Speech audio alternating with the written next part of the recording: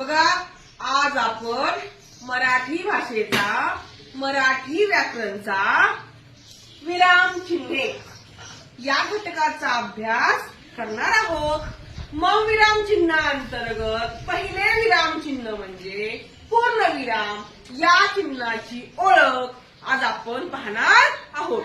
हे चिन्ह कधी वापरायचं, कसं वापरायचं, ते कसं असतं, चला बघूया. मग आपण पूर्णविरामाची ओळख. बघा, पूर्णविराम कसं असतं, एका टिंबासारखं असतं. कसं असतं, भरीव टिंब. कसं असतं, भरीव टिंब.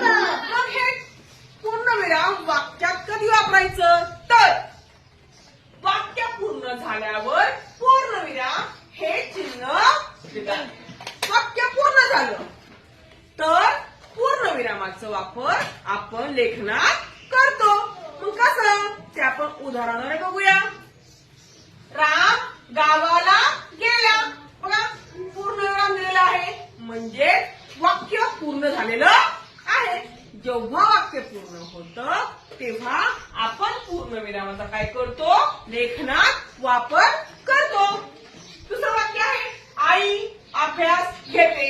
वाक्य संपलेलं आहे. मग वाक्य संपल्यानंतर पूर्णविरामाचा लेखनात वापर केलेला आहे.